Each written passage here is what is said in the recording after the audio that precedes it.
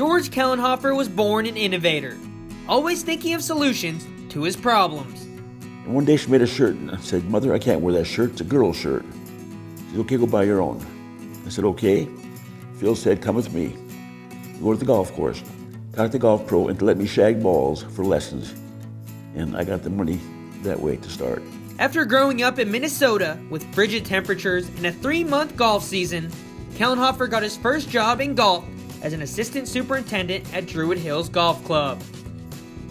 However, he would soon realize that his true passion was teaching the game.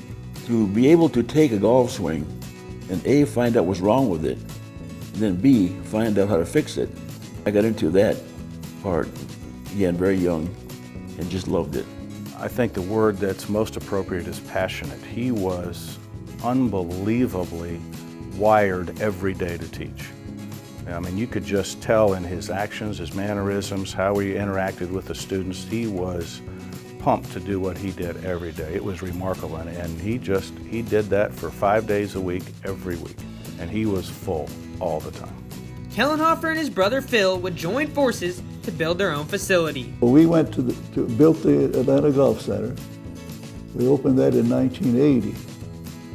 An interesting story used to make me so mad because I needed some help sometime. We only had one argument while we were there. That's 13 years. And this is what it's about.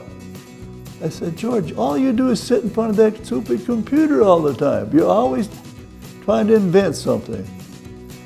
And then finally I said to myself, I said, "Dummy," I said, "let him be. Steal from him. Steal what he's spent all this time for. It'll make you a better teacher." The first day I'm there, I'm having a conversation with George, and I have an opinion, and he says, "Well, I'm looking at that a different way. Let's look at some video." And he was right and I was wrong. The next day, that conversation was repeated on a different subject, and by the third day, I was finally smart enough to say, "Okay, I'm just going to shut up and listen for a while because this guy clearly knows more than anybody I've ever talked to." With a teaching career that has spanned more than 40 years, Kelnhofer students experienced unprecedented success. I had 9 students that actually either won a major or I did something to their swing to help them win a major. And I'll never forget my first student, first tour player. He was actually not a tour player then, he was a college player, Charles Reimer. And Charlie Reimer, I saw something in his golf swing that I knew was not by the book as far as what normal teaching said. And I put him on the overhead camera and showed where his shoulders were open about 45 degrees, not square at impact. My first lesson with him was absolutely transformational. It was like I finally heard the truth and saw the light. And George was just such a nice man in the way he presented the information. But what I really learned is that this guy was decades ahead of other teachers. He was teaching data about what we use with TrackMan now and doing it all through the use of technology. Kelnhofer's biggest impact on the golf industry came through his innovations of the golf swing. He and close friend Bud Bleckley developed Hotlines technology, which would then lead to the creation of a company called Accelerized Golf. Oklahoma State University, Charles Hall wouldn't go there unless they put Mike's system in for teaching. So Mike Holder, the coach, called me up one day. I flew out there, showed him what I was doing. He liked it. He said, "Let's go ahead and get it. What does it cost?"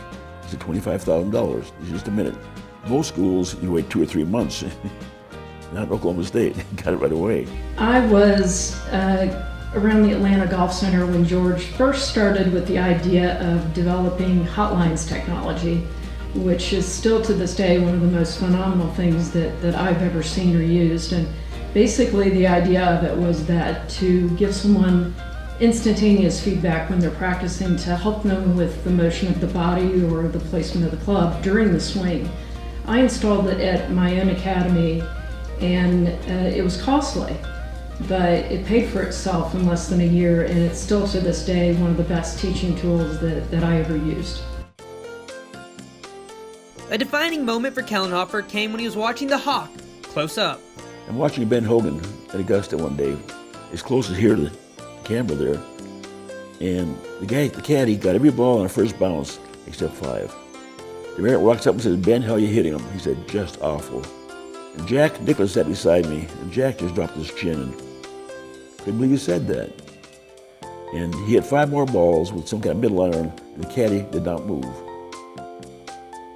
Jimmy DeMera says, "How were those, Ben?" And Hogan said, "Terrible." And Ben said, "Jimmy, what's wrong with those?" And his answer was, "They're 5 feet too high." 5 feet too high. We're watching direction. He's watching elevation.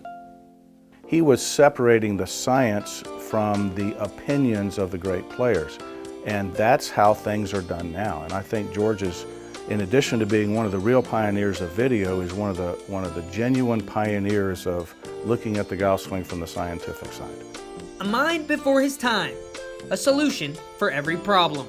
George Kelnhofer's influence on the golf swing earned him the distinction Georgia Golf Hall of Famer.